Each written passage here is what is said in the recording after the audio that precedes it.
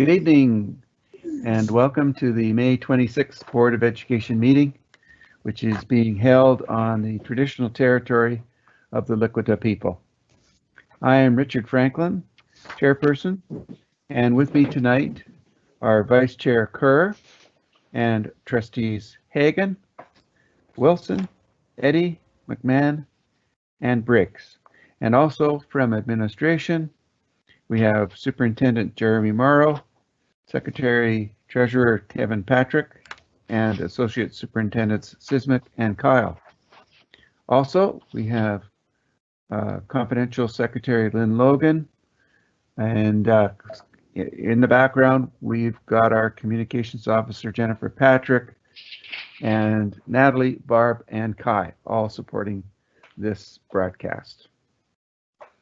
We have some important business to complete this evening, including the consideration of the schedule of Board of Education meetings for the coming year, the possible approval of next year's budget, and consideration of the district's plan to reopen schools. So tonight, we will be considering the plan to reopen. The decision of whether to reopen schools on a part-time voluntary basis for students in June is not a decision that was made by the board. It is a decision that was made by the provincial government upon the advice of their health experts. Therefore, no matter what one may personally think about this reopening, it's not our call. Our job tonight will be to consider and hopefully endorse the plans for reopening that have been developed by our senior management team. The team has worked extremely hard with principals, teachers, and our support staff to create a detailed plan to mitigate the risk of infection. I'm convinced, after taking a close look at our plan, that every effort has been made to protect the safety of our students and staff. However, as in all worthwhile endeavors, there is always risk. On the other hand, the levels of COVID-19 on Vancouver Island are extremely low, and this is due to the sacrifices our community has made to social distance, to stay home, and to use proper hygiene. The decision of whether or not to return to any particular students to school is up to the judgment of the child's parents. This is completely a parental decision, and whatever decision parents make is the right decision for their child and their family. As your board chair, I absolutely support whatever decision parents make in this regard. Recently, the Prime Minister of Canada and Canadian health officials changed their stance on the use of non-surgical masks. It is recognized that when I wear a mask, I protect you. When you do me the courtesy of wearing a mask, you protect me. The provincial government has indicated that our staff may wear masks at work if they so desire. There is debate about the need for masks in child care settings and the role that children have in transmitting the virus. I have always felt it's better to be safe than sorry, and I am grateful with this decision of the provincial government in relation to the wearing of PPE by school staff. And now, for his remarks, I turn the floor over to Dr. Jeremy Morrow, the Superintendent of Schools. Thank you very much, Board Chair Franklin. I do have an opportunity later in the agenda to update the public and the board with some specifics in regards to our restart plan and the movement to stage 3. So tonight I would like to take this opportunity in my superintendent comments to read a Facebook message that was left on our district's Facebook page by a parent. I'm just going to read it word for word in its entirety and let that be the entirety of my comments. So this is from a parent that was left on our Facebook page.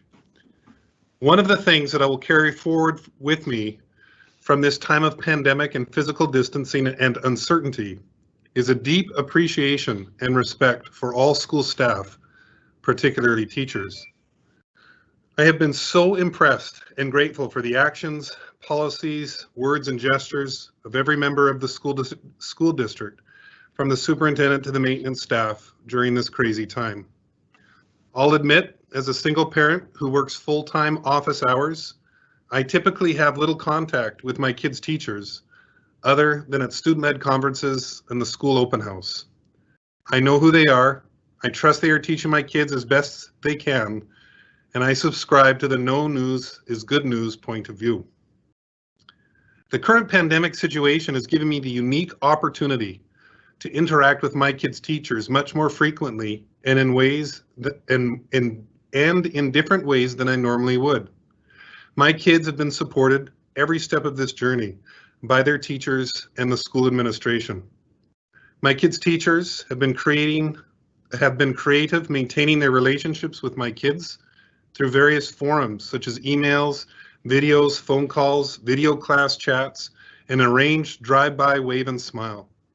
Their school staff have supported and cared for our family by writing love notes and leaving them posted on the fence outside the school, by having a reverse parade, and by creating a video of what they've been up to in their homes to share with the kids.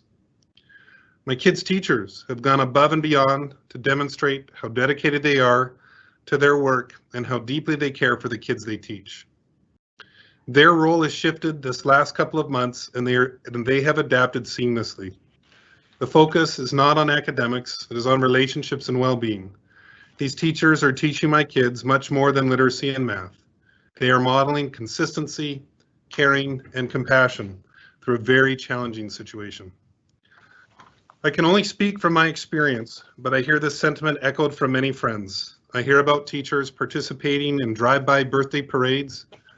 I hear about teachers mailing handwritten notes or cards to students. I hear about teachers donating money to the local food bank.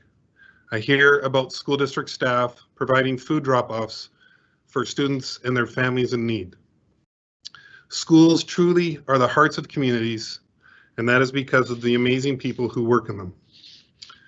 If you are a teacher, school administrator, educational assistant, or you work for the school district in any capacity, thank you.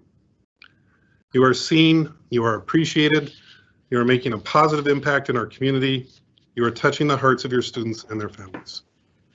So thank you to that parent that took the time to articulate such a fine note of appreciation to the school staff that have been working so hard in this time. Yes, that was a great letter. Bless your heart. Okay, now we're going to move on to the approval of the minutes of the meeting of May 12th, 2020. And the motion is that the minutes of the meeting of May 12th, 2020 are hereby approved as circulated and amended. May I please hear a mover and seconder? So moved, Kerr. And seconded, Joyce McMahon. I saw her hand go up, but so that's fine. Kerr, McMahon. All those in favor, please say aye. Aye. Aye. Opposed, say nay. Hearing none, the motion is passed. Is there any business arising from the minutes? Hearing none, we'll move forward to additions or alterations to the agenda. Joyce McMahon. Hi, I would just at the end of the meeting like to remind everyone of the HELP webinar coming up tomorrow. Okay, I'll add you there as any other business, 15A. Thank you. Okay.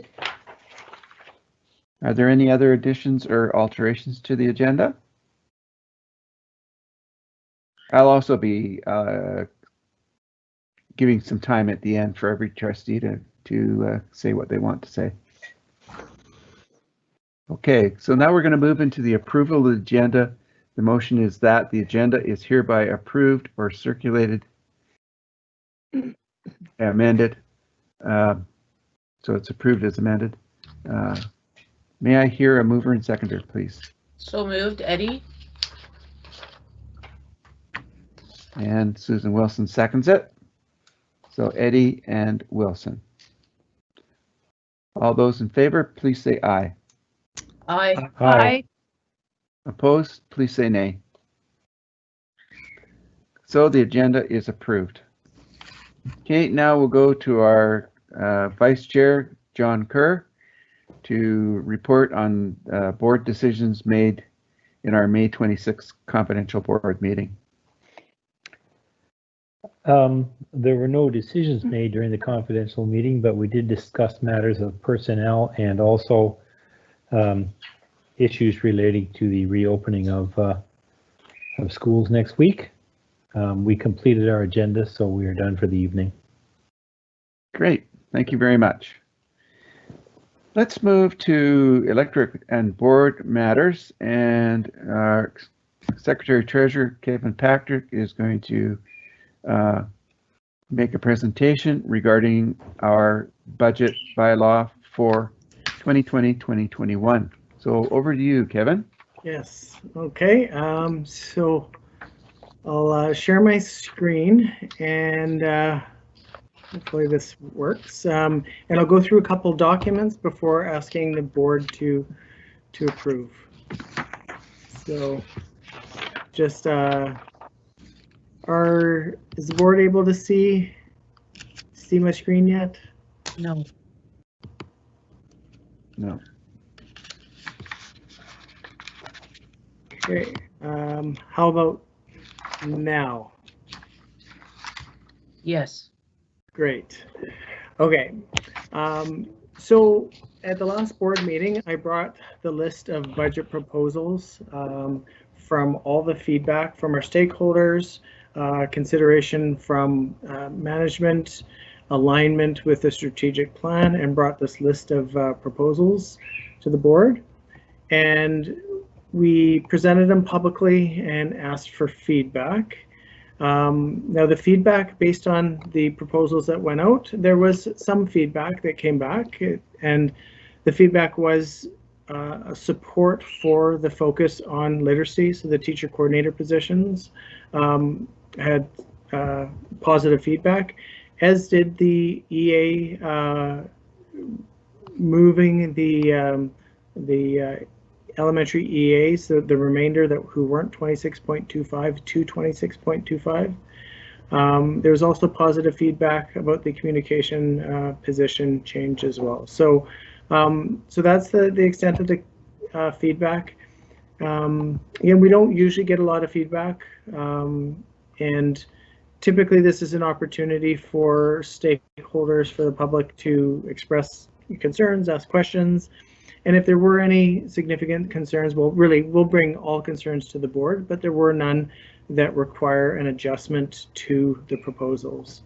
Now, as we build the budget and we move along, we'll incorporate information as it comes. And one of the big things that came is we got approval to incorporate the teacher wages. So the teacher's contract was settled in spring, and we were waiting for ratification, and they were doing all the calculations, and they gave us an amount of $1.4 million for the settlement. So we did apply those wage increases, as well as claimed the revenue in the budget. So that actually did have a little bit of an adjustment to the overall. So it, as we're still kind of doing estimates, as you recall, the original sheet that I brought to you was $811,000 deficit, and the changes and the adjustments that we made have changed that to $838. So it is just under the $840,000 that the board had approved to use up to. So we're still within a good range. So so I'll just quickly kind of touch on the proposals again. This was a really significant year where We really focused on the strategic priorities, student achievement, and there was a big focus on literacy. And it's an approach that we hope improves student achievement, and we're sure that there will be benefits to other elements of the strategic plan. Mentioned the increase in elementary EA hours was a pretty significant focus, as well as moving $175,000 from the surplus into the operating budget. So those are three of the more significant things that that came forward for that proposal. So we have taken all those items. We have a planned deficit now of $838,000, and we have incorporated that into the budget.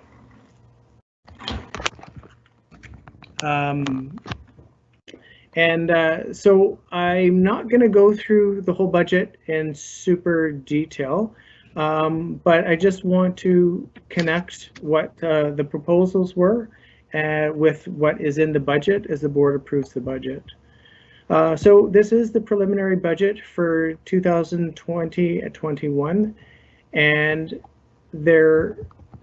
we're doing estimates based on the student enrollment that we expect to get in September of 2020. We build staffing based on those anticipated students, and we also base all of our expenses to support education for those students. And we incorporate it into this budget.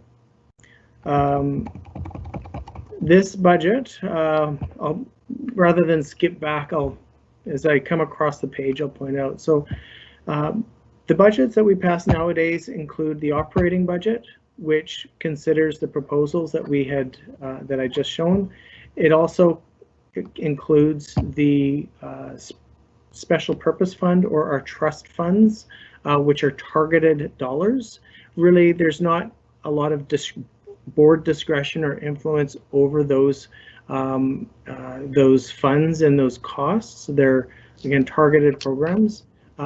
So we don't include them as part of the budget discussions, but they are part of our budget bylaw, and you'll see later that it is a pretty significant contribution to the operations of the school district. And we also include the capital portion, and capital is a really important part of the budget. We do get most of our capital funding from the ministry, but there are a number of capital items that are also purchased out of both operating and special purpose funds as well. So when you combine everything together, the total budget and the bylaw that we'll be asking the board to approve is $72,961,565. Again, this is a preliminary. As we work through September and we know exactly what our students are, we will adjust these numbers, adjust the revenues and the costs, so that our next budget, that it's called a final budget that we bring in February, will match exactly what our student enrollment revenues and costs are. So this again is the combination statement. You'll notice up top, we did last preliminary budget had budgeted 5,726 students. We knew we came in a little bit less than that in September, but as we headed into projections for this year, we actually we're projecting a bit of an increase from our actuals from last year. So it was down 100 and then up about 30. So we're projecting 5,654 students for the upcoming year.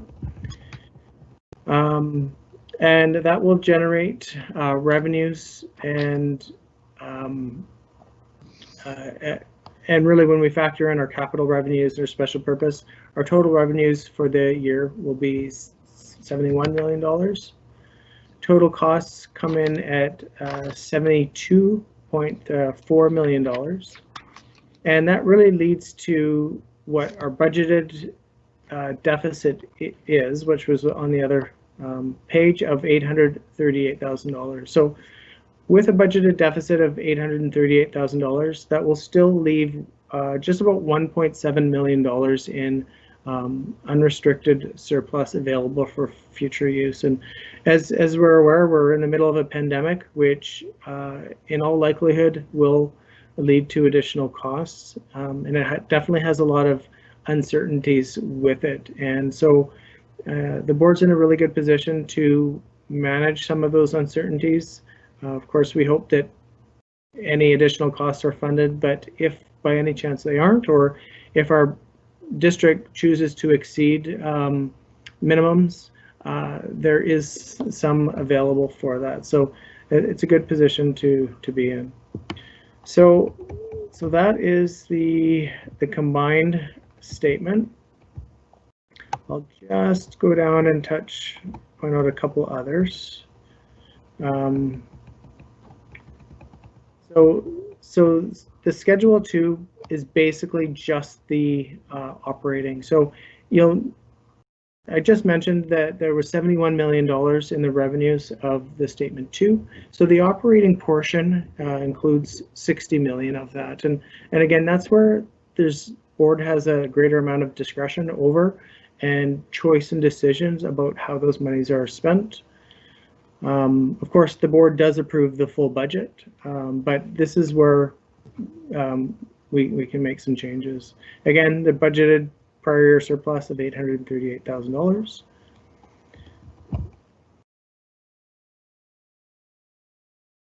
And we're just going to get into some details, which I will,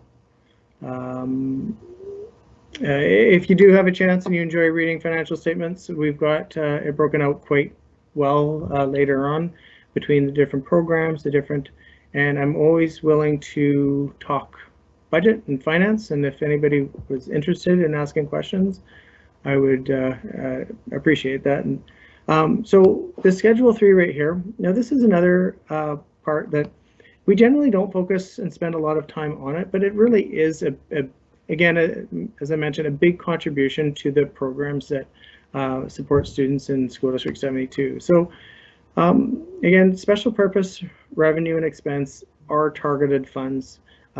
Basically, we receive them and we're told that they can only be spent on this program. And if we don't spend money on that program, then it needs to stay reserved in that program. And they've grown over time. So we now have special purpose fund revenue and expenses of $7.5 million. So it's quite large, and it's being used more. We're receiving more money from government that is targeted that ends up coming through this. And I'll point out a few more things in this next page. So this next schedule just goes into a bit more details about what some of those targeted funds are. So we have a learning improvement fund here that's for QP EAs. We've got Strong Start programs. Again, that money received can only be spent on Strong Start. We have some that we've set up ourselves, so scholarships and bursaries and school generated funds. So those are funds held at the school, collected. This one right here, this is big, and this has been the biggest change that we've had to Special Purpose Fund, which is the Classroom Enhancement Fund. So the re-implementation of contract language, the extra funding that we got for that can only be spent on those costs. The government asks us to report on it, and to just be very specific that the money we do receive is going on that. So and so this is how we track it and demonstrate to the ministry that we have done that. So yeah, quite significant, 3 pages worth of different items that we've identified. And the last sheet that we have here is our capital. So capital is assets, but we do have components of it that we claim on both the revenue and the expense side. And and namely amortization. So we amortize the assets that we purchase, as well as we amortize the big grants that we receive from the government. So I'm just, as I'm going through, I'm just noticing that a few trustees have dropped off. I'm kind of trying to stall just a little bit. It is important that that we get them back on. So maybe at this point, I will just ask to see if anybody has some questions, and I'm just hopeful that either Kai or Jeremy or somebody can let me know when the trustees are back on, so that we can proceed with the 3-reading bylaw. Excuse me, Kevin. Yeah. I do have a question. What kind of impact does the potential decline in international programs, what impact will that have on our budget? So we're fortunate or unfortunate. We're in the, I guess, during a pandemic, in the fortunate situation where our international program has only moderately supported other school district services. So for the most part, it's a relatively small program. We are going to see a reduction in enrollment next year, but we will be able to reduce program expenses to match that reduction. We are hopeful that it grows, but we're fairly well protected. We're not, I know a lot of districts are having a really severe cut to services because of the reduction in enrollment. We may have, well, actually, we've also managed the program well by maintaining a surplus, and that surplus has allowed us to face situations like this. So basically there's a savings in that if in any given year, and we've experienced SARS in the past, which had a 50% reduction in enrollment, this is going to possibly lead to a 40 to 50% reduction in enrollment, but we do have a surplus in place that can help cover some of that. So so we'll be in a good position to survive that and help then wait for the program to rebuild.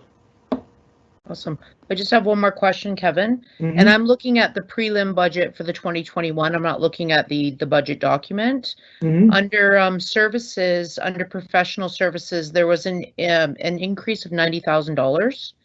Is that to reflect the contract language for us covering the professional services, or is that an increase by a position? So I've got just 2 words beside it, MyEd, and that's okay. Our MyEd service fees that we're having to start paying for. So that will be a yearly expense then. Yeah. There is a service fee attached with it, student-based, that will be committed to in perpetuity. Okay, thank you. Kevin, I have a comment. Yep. Yeah, I'm really excited about under the area of all the different coordinators that we've proposed here for literacy, student opportunities, technology, mental health, district French, goes right down the line. I really appreciate this kind of support that's going to be going towards the outcomes that we're looking for in the area of literacy, but as well the leadership opportunities that will be incurred. So we can grow in this area. Saying it is one thing, but funding it, I think, and measuring it will get it done. So thanks, Kevin, that we can all get aligned. That's the finance people and our education people as far as our district plan goes. And I'm hoping even in the middle of a pandemic that we're still moving towards outcomes that are going to be great for kids in the future. So thanks for putting all these things in here. Yeah, it's all based on feedback, and the education team, everybody's worked really hard on getting this. And I gotta say, my time, this is a pretty bold step, and we appreciate the board's leadership in laying out a strategic plan that clearly has goals for us to get to. So we'll give this a try, and again, it's a big step, quite different than what we've done. So we appreciate the support because there's a bit of risk here. I have a technical problem.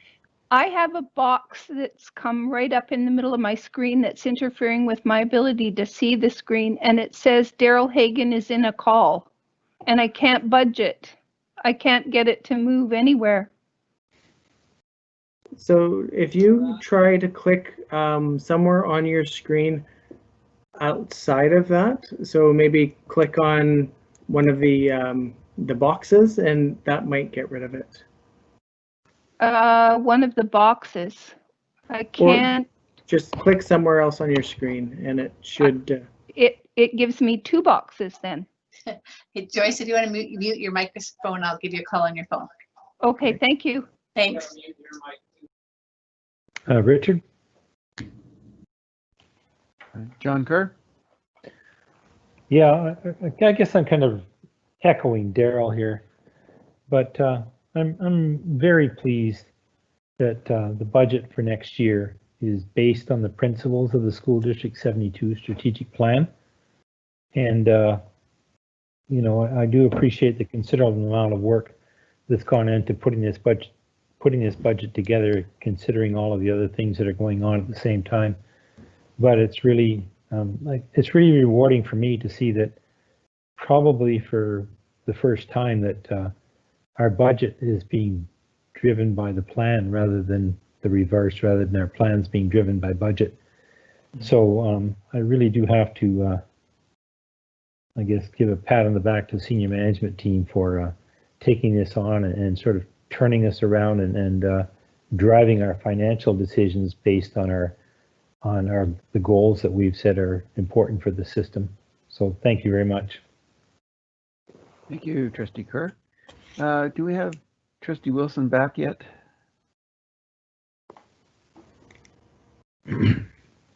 No. I had my computer restarted too, out of the blue, and but I'm back. Okay. Okay, Susan's there. Okay, thanks. Okay, so we can move forward then. Now, in order to pass this budget bylaw, we need to hold all the readings tonight, and that's 3 times. So the first motion is that the board hold all required readings of the annual budget bylaw in the amount of $72,961,565 for the fiscal year 2020-2021 at this meeting. May I hear a mover and seconder? So moved. Kerr. Moved by Kerr, seconded Hagan. Is there any discussion? Hearing none. All those in favor say aye. Aye. Aye. Aye. Aye. All those opposed say nay. Okay, so we're going to move into the first reading, that the annual budget bylaw in the amount of $72,961,565 for the fiscal year 2020-2021 pursuant to section 113 of the School Act be and is hereby read for the first time. Mover and seconder? Moved, Eddie. Hagan, Yes. second. Eddie and Hagan. Yeah. Is there any discussion? Yeah. It's gone. Thank you, Barb.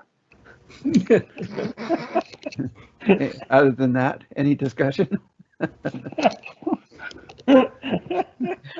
All in favor, say aye. Aye. Aye. Aye. Opposed, say nay. Okay, second reading. that the annual budget bylaw in the amount of $72,961,565 for the fiscal year 2020-2021 pursuant to Section 113 of the School Act be and is hereby read for the second time. May I hear a mover and seconder? Hagan, I'll move. Briggs. Okay, moved Hagan, seconded Briggs. Any discussion? All in favor say aye. Aye. Aye. Aye. Opposed say nay. Okay, the motion is carried. And now for the third time, that the annual budget bylaw in the amount of $72,961,565 for the fiscal year 2020-2021 pursuant to Section 113 of the School Act be and is hereby read for the third time passed and adopted. Mover and seconder? So moved, Eddie. Seconded McMahon. Is there any discussion? All those in favor say aye. Aye. Aye. Aye. All those opposed say nay. The motion is carried. Okay, Thank Thank you you, all. everybody. Kevin. congratulations, Kevin. Yeah, thank you, Kevin. It's definitely an excellent budget and really worthwhile, and especially that we see that it's in alignment with the strategic plan. That alignment's really important. So I think I just want to congratulate the entire senior management team for putting together this budget that reflects the wishes of the board. And now we'll move on to the draft 2020-2021 board meeting schedule. And over to you, Kevin Patrick. okay, so I'm just going to bring it up. So yeah, this is the time of the year when we set and release the plan or the schedule, board meeting schedule for next year. So a couple things that we try to do. The board has a policy on when certain meetings should occur. The first meeting should occur the first Tuesday after Labor Day. So we have that set and confirmed or scheduled for September 8th. As well, the election of the board chair and vice chair is supposed to occur at the first Tuesday meeting in December. So we have that scheduled for December 1st. Beyond that, the policy says that every 3 weeks. And this year, every 3 weeks fell quite well to hit certain key dates and for deadlines such as passage of budgets that the board typically has to do. So this past year, unfortunately, we had to reschedule a few meetings, move meetings to try to meet some deadlines. And really, when we laid out the budget schedule for 2020, 2021, everything seemed to fall into line quite well. So this is what it looks like, and you've had a chance to review it from your agenda package. Are there any questions about dates, concerns, or things that we need to look into? If there's any changes, we can either make the change tonight or we can make a change and bring it back at the next board meeting. Okay, are there any comments or questions from trustees regarding the proposed board meeting schedule? Okay, hearing none, it seems all is in order there. There's a motion that the draft Board of Education meeting schedule for 2020-2021 be adopted as presented. And may I hear a mover and seconder for that? So Hagan. moved, Kerr. Moved Hagan, seconded Kerr. Any discussion?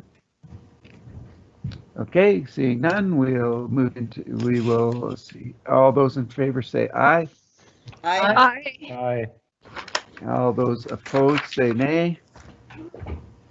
Okay, hearing none, the Board of Education meeting schedule is adopted as presented. Okay. So now we're going to move on to educational issues, and we're going to turn the floor over to Dr. Morrow to discuss the Stage 3 pandemic update, return to school plan, and the restart plan. Dr. Morrow?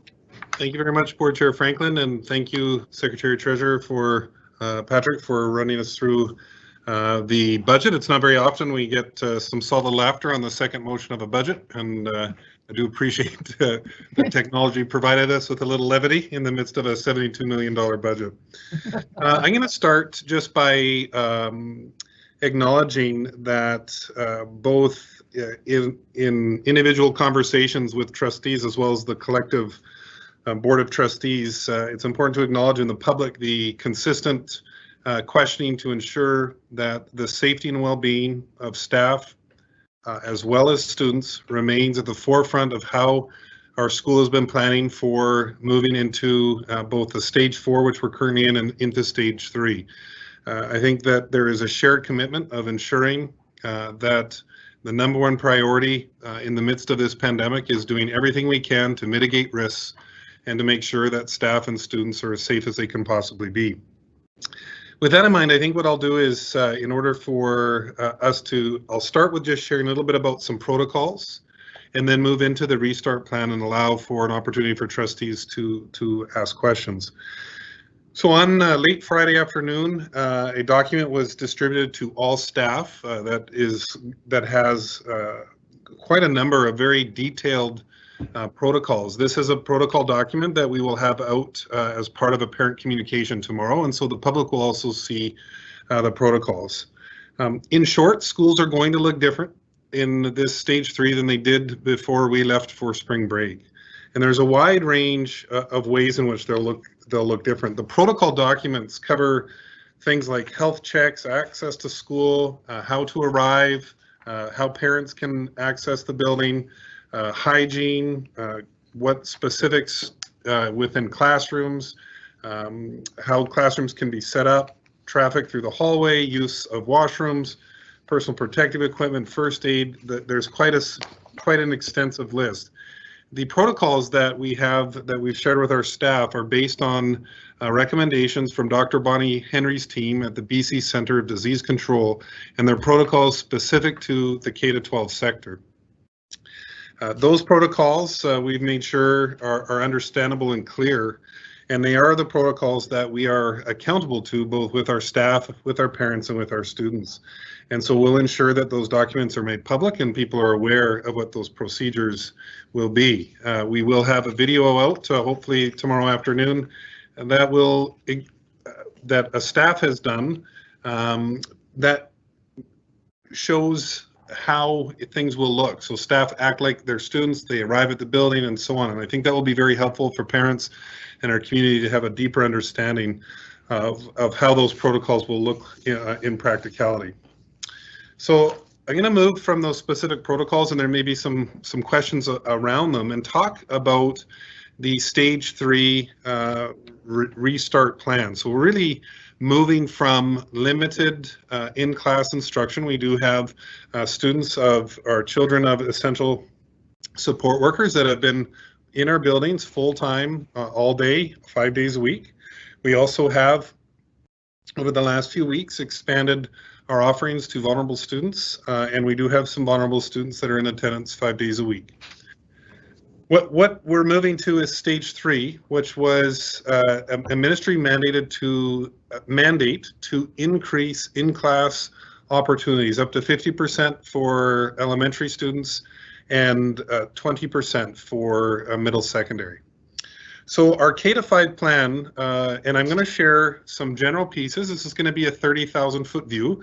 Schools will be following up with parents in their own school community around what specific times that parents' children will be asked or invited to come. I should also say that we distributed a survey to 2,400 elementary families, and we had almost 2,100 surveys come back indicating at this time a parent response of 57% saying that they would like to have their children return to school for in-class instruction in June. And again, Board Chair Franklin emphasized this in his opening comments, and we will do so in all of our communications with parents, that this is a voluntary return to school and that we make a commitment that we will continue to provide remote learning opportunities for all students. With the increase of in-class instruction, some of those remote learning opportunities will be less rigorous and potentially there will be less remote opportunities, but we are committed to continuing those remote learning opportunities through the month of June. What that looks like in K-5 is that we will have in-class instruction occurring for students on Monday and Tuesday, for some students, as well as for some students on Thursday and Friday. We need to make sure that no more than 50% of students will be in attendance. So if a class is going to have more than 50% of students return, there will be part of the class on Monday, Tuesday, and the other part of the class will return to in-class instruction Thursday, Friday. Wednesdays will be set aside for remote learning, as well as for deep cleaning of the facility between those shifts of students. Would it make sense to go through all three levels, or would you like to stop and ask? Let's go to middle then. Middle 6 to 8, we will have grade 6-7 invited to 1 day of in-class instruction each week, and grade 8s will be divided between 2 days. So half of the grade 8s will come on 1 day, half the grade 8s will come on the other day. Wednesdays again will be set aside for deep cleaning and for teachers to support students through remote learning opportunities. And again, one of the pieces that the ministry is looking at is trying to ensure that we keep the building density to no more than 20% of the school population. And so that's accomplished through the reduction in having only a quarter of the population invited on any given day. Secondary 9 to 12. So at the secondary level, each day of the week will have a different grade assigned. An example of that would be potentially grade 12s on Monday, grade 11s on Tuesday. Wednesday again will be set aside for remote learning and for deep cleaning of the facility. And Thursday, Friday would have grade 10 and then grade 9. And again, we've been asked to keep the school population to around 20%. So with that in mind, I want to share that each site has developed childcare plans. So we are seeing an expansion of childcare in this stage 3 piece. We are continuing to provide food programs to over 200 families. There will be a continuation and an expansion of programming for vulnerable students, some students receiving up to 5 days of in-class instruction, as well, again, that expansion and continuation of childcare for essential support workers. So that gives a kind of a 30,000-foot view of how we're organizing that. Each school will be connecting directly and specifically with parents to communicate which of those days their children will be invited for in-class instruction. And I also want to emphasize to our parents that the original survey, as we hope more confidence builds around the safety and well-being of students in-class instruction, that they will have the opportunity just to connect with their principal and vice principal for their children to also come. So it was not a survey that was one time only, and whatever that answer was is how it will be to the end of June. So parents will be invited all the way till the end of the school year for their children to come for in-class instruction.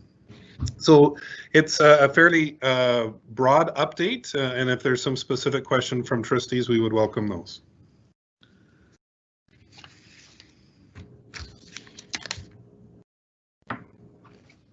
Trustee Hagan. Trustee Hagan, you're first on the speaker list, and then who else wishes to speak? I saw Joyce. Did I see your hand? Joy. Okay. Yes, please. Hagan. Yes, please. Then McMahon. Okay. Let's start with those two people. Okay. Questions. Yes, I noticed that when I was on my way in this evening that we have no new cases that were presented on the island, which is good. I think it's been some time now. I believe it's around 14 days that we haven't had any new cases. But that doesn't mean that we can't be as vigilant as we possibly can be. I have a few questions. Kindergarten, I was just wondering, what are we doing with small children that may not understand social distancing to the level and degree that we would like them to. So thank you, Trustee Hagan. With our very youngest students, we have received information from BC Centre of Disease Control that what we need to be emphasizing is the limiting of physical contact. So it's less necessary at that age to maintain the same social distancing protocols that we've established, that we're all familiar with, and that we need to continue to maintain with adolescent and with adults. However, the younger students, BC Centre of Disease Control's protocol that says that they can be together in a different way than adults. Should I continue with my questions? Yes, please. Yes. We have quite a few concerns about in every area.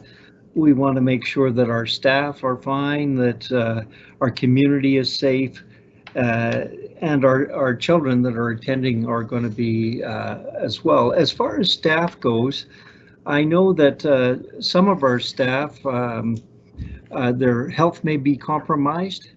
And I was wondering, is there any kind of accommodation that we are trying to make with those employees to ensure that they're not put into positions where they have to say, I'm just not going to come in, I'm not going to get paid?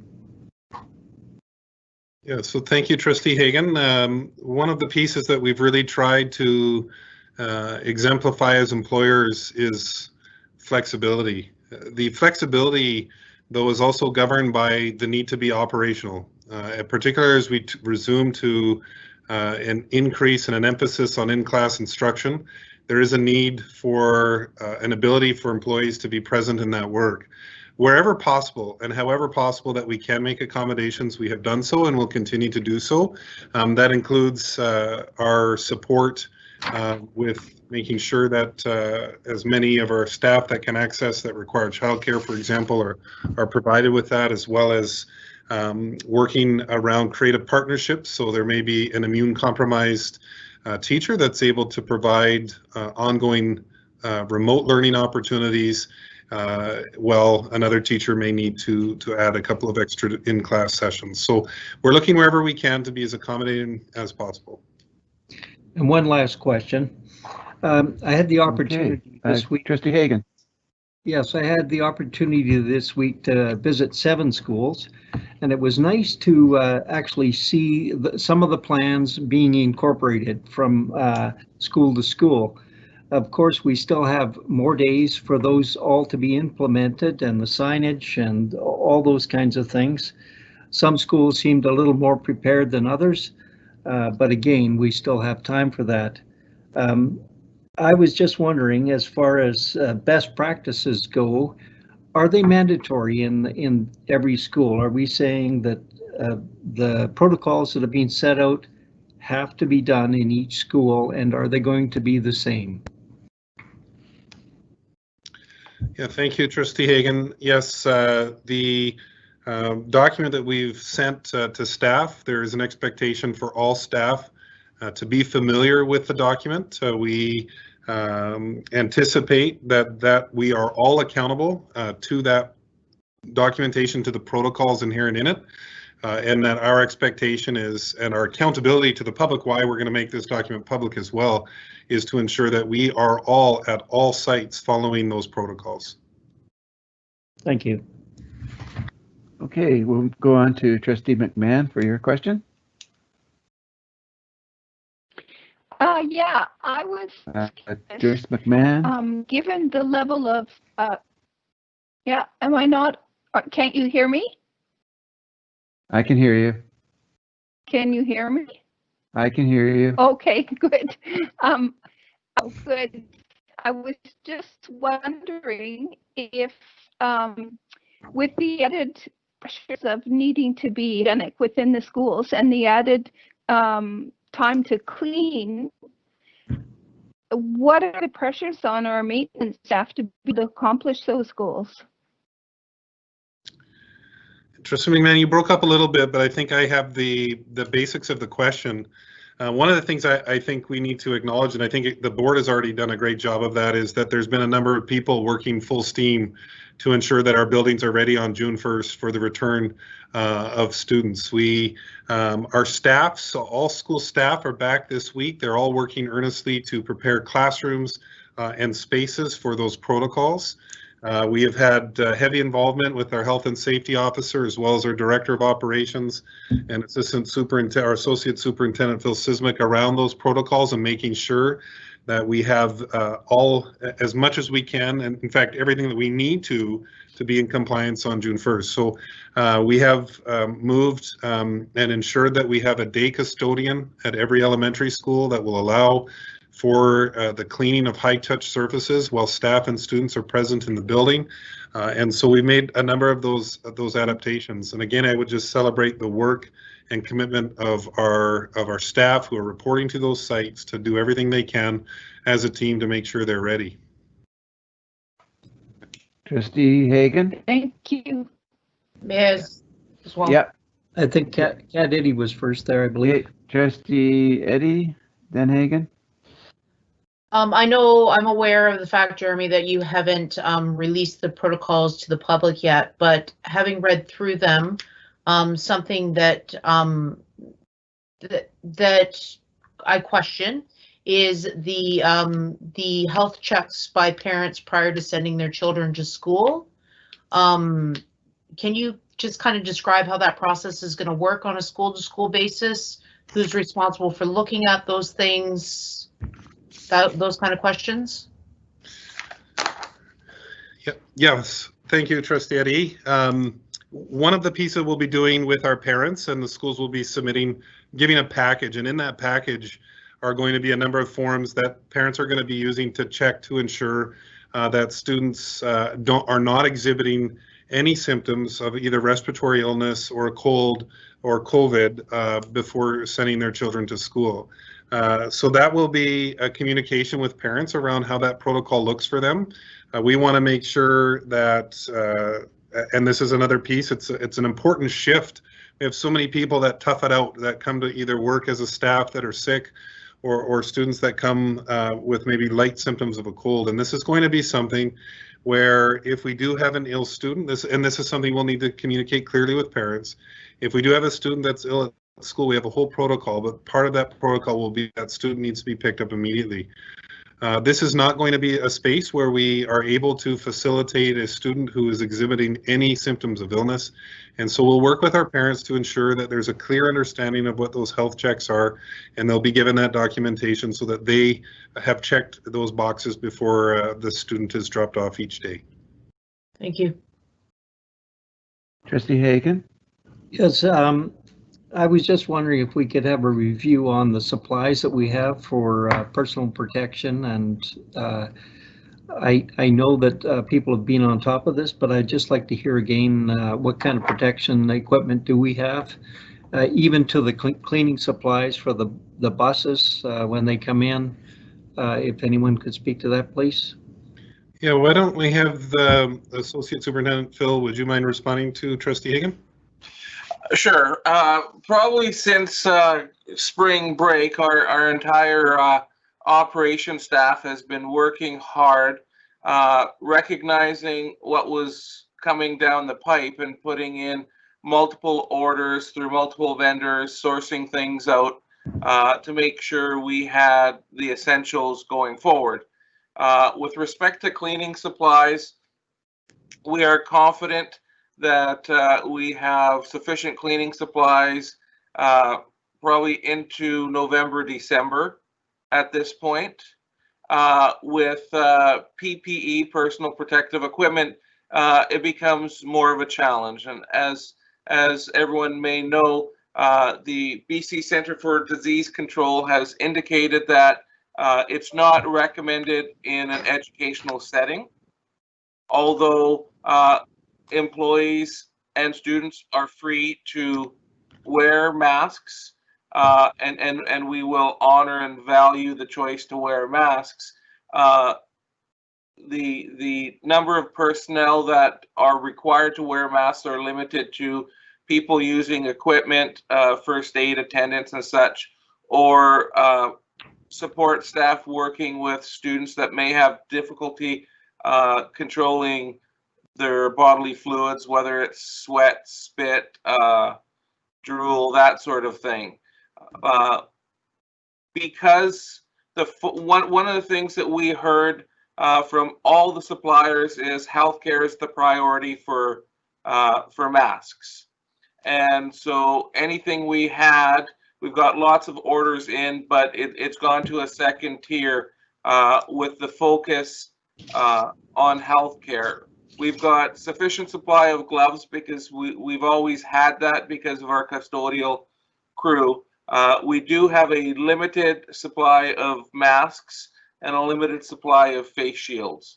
So that's kind of where we are. Thank you. Okay, are there any other questions regarding the restart plan? If I could make one last comment. Yeah, In my visits to the school, there were quite a few schools that had some of the teachers had some anxiety about returning and teaching, as can well be imagined. But I really was reassured by a lot of the principals, working with them, explaining what's going on. And as they began to see the protocols coming together and being able to piece it together, be in the classrooms, understand how these are going to be applied in the school itself, I saw from school to school the difference in attitudes, and people became a lot more reassured that we are trying, every one of us, to do the best job we possibly can to ensure everyone's health and safety. And I think that calm assurance that the district has and our leadership goes a long ways. It doesn't mean that we can let down our guard, but what it does say is we are supporting everyone in the classroom to make it as safe as we possibly can during this unprecedented situation. Thank you, Daryl. That's a very good summary of what's going on with the plan. So let's go on to. May I make a comment, please? Yes, sorry. Didn't see you, Joyce. I think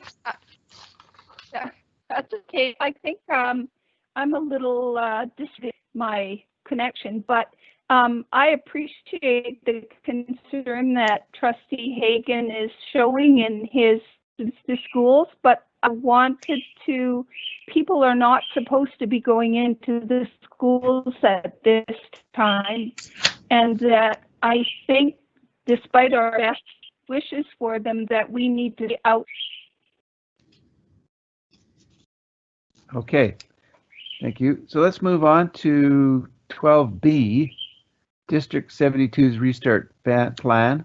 And there is a motion that the board endorses the SD72 restart plan as laid out by Superintendent Morrow. Do I hear a mover and seconder?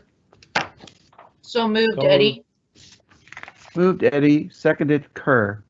Is there any discussion on the motion that the board endorses the restart plan?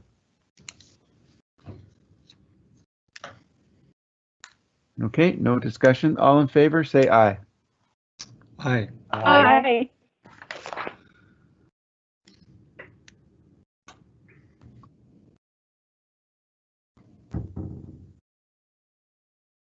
Oh, I think we lost Richard. Okay. Well, if we've lost them, then I'll grab my agenda here and step in for him until he comes back. I don't know if he's back yet, but oh, is he back? No. You back, Richard? You're on mute, Richard. Really gone.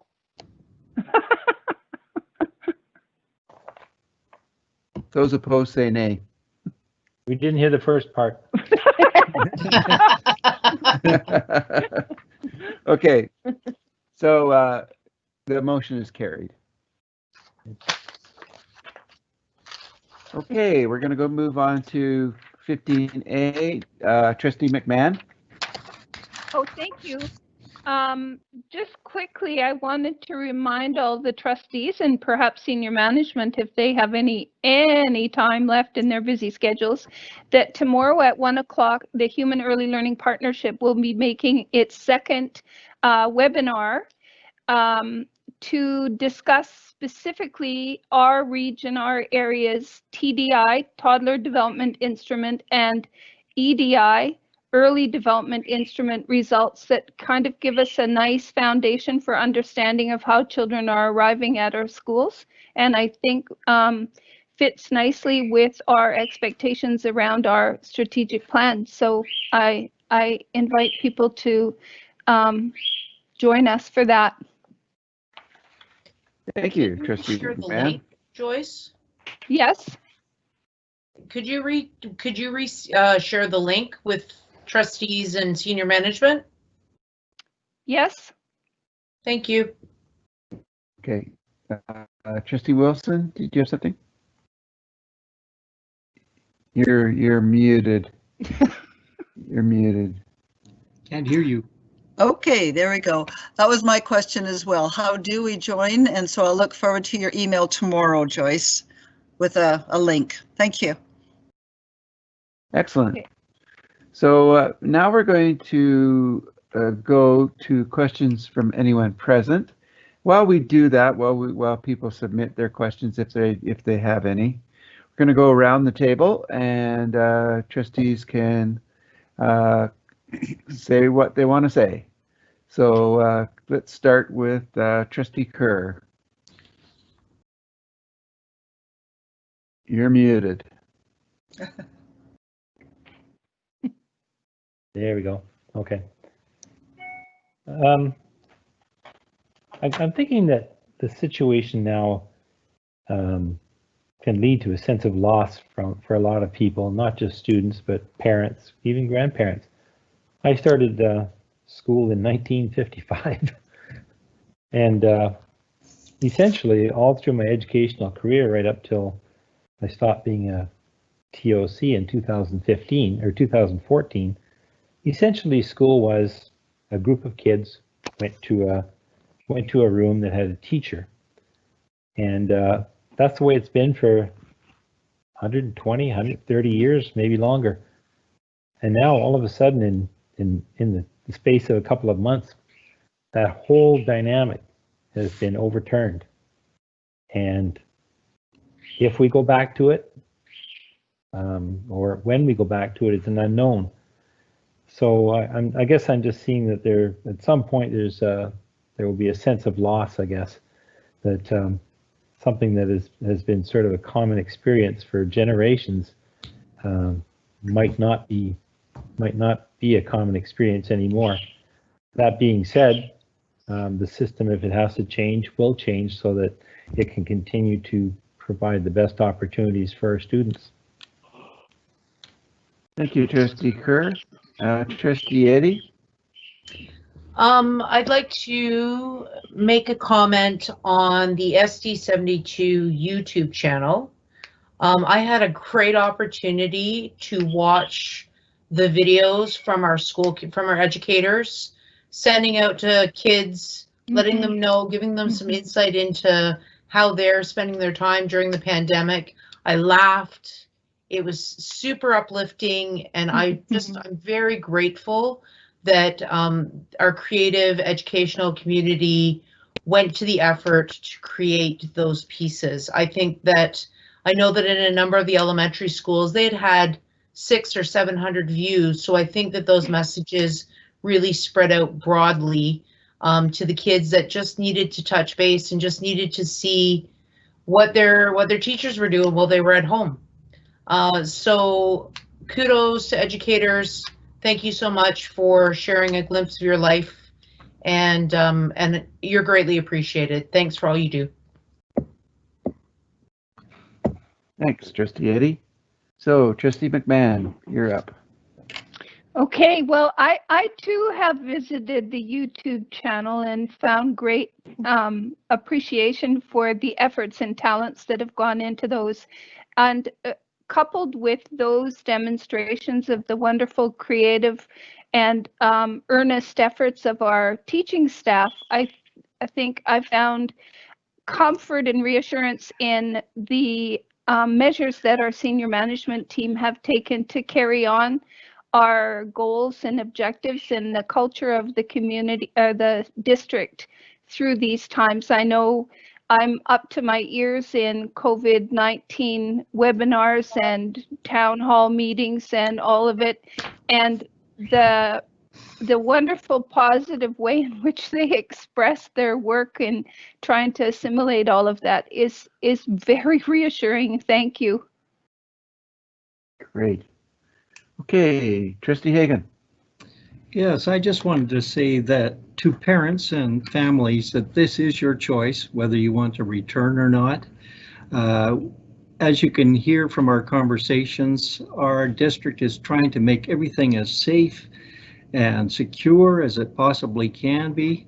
But don't be afraid if you don't send your kids that they're going to miss out, because education will continue and you make the right choice for you is the way I look at it.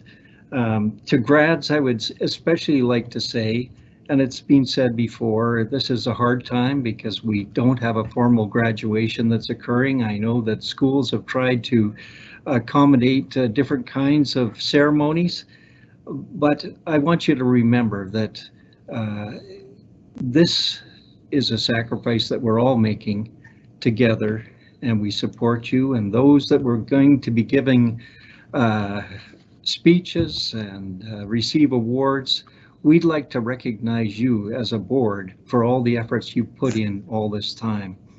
And that sometimes life isn't fair, but these are the cards we have. We're going to play with them, and we're going to play to win. And I know you are too. So thank you, and work with us. Be kind. Thank you. And Trustee Briggs.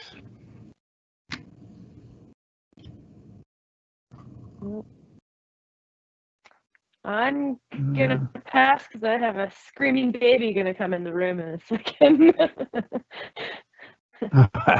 But yeah, I'll mute myself again. Okay, thank you. And Trustee Wilson. Hi, I'm unmuted. I believe you can hear me. Okay, good. No screaming babies here. I did speak with a school principal today by telephone, and was very uplifted by the response. She was so appreciative of the work that had been done by the QP workers at the school with moving furniture and cleaning and just really going above and beyond in a very positive way. And she said that that was very helpful in setting the tone for when teachers were back, when they saw the work that had been done, and that basically people are feeling quite positive about the opening next week. And I think the important thing for everybody who's involved in whatever capacity is going to be flexibility, because people will change their minds. There will be ups and downs and decisions that need to be made on the spur of the moment and changes.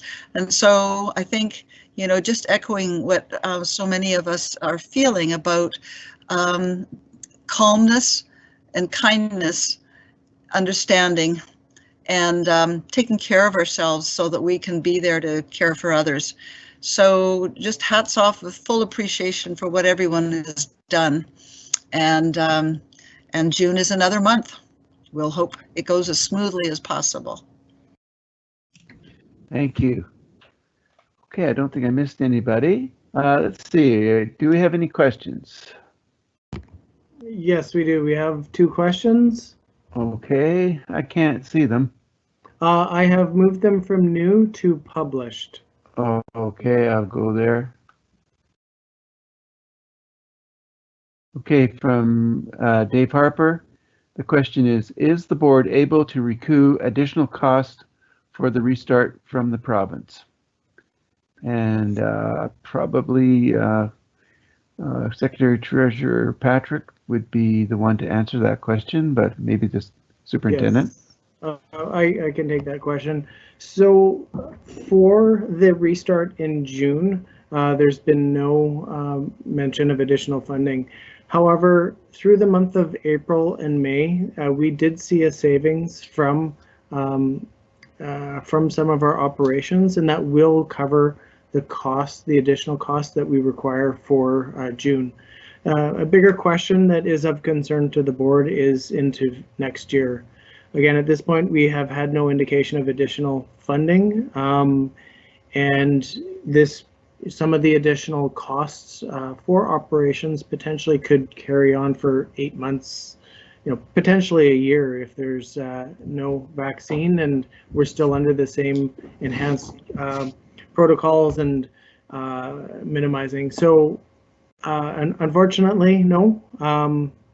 It's definitely something, as we occur costs, we will be communicating that with the Ministry of Education.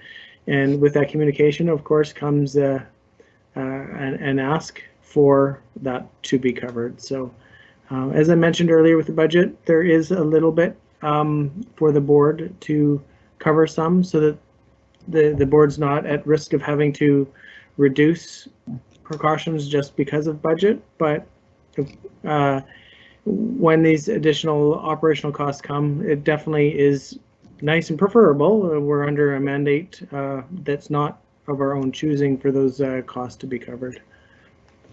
So we'll ask. Thanks.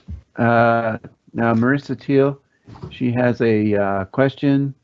Can you give us an idea of what those teacher coordinator positions will entail? How will they support teachers?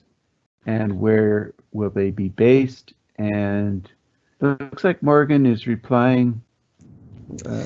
I started to type out and thought it would be best to speak to it because it's a really exciting initiative, as I think all the trustees have talked about, and we as a senior management team, and the notion of the teacher coordinators there's a minimum of 8 positions, and this is going to be a team. Although they will have areas of expertise and areas of focus, they will be working as a team, so there is an alignment with the work that they're doing individually, alignment with our strategic plan. It'll be based on research, best practice. They will have a heavy presence in schools.